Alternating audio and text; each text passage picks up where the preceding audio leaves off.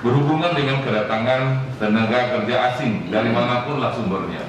Selama ini informasi buat kami ini masih minim.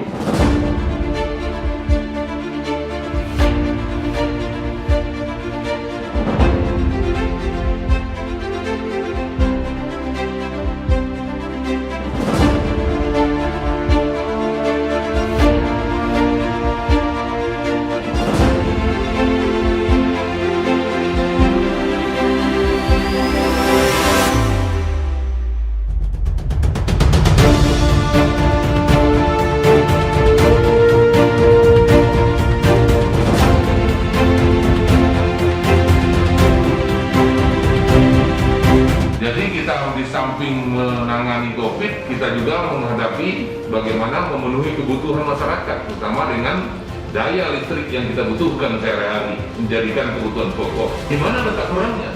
Laksanakan sosialisasi. Ini harus dilakukan terus-menerus. Nah, di sini evaluasinya adalah komunikasi.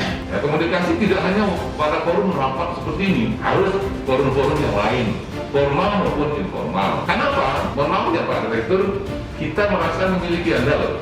Ya, jangan tersinggung, kita memiliki Anda semua, karena nanti kita butuhkan. Negara ini membutuhkan, dan kita kebutuhan pokok adalah sumber dari Anda. Dan investasi bagus untuk meningkatkan taraf hidup, tenaga kerja, peningkatan ekonomi kerakyatan di provinsi ini kita butuhkan.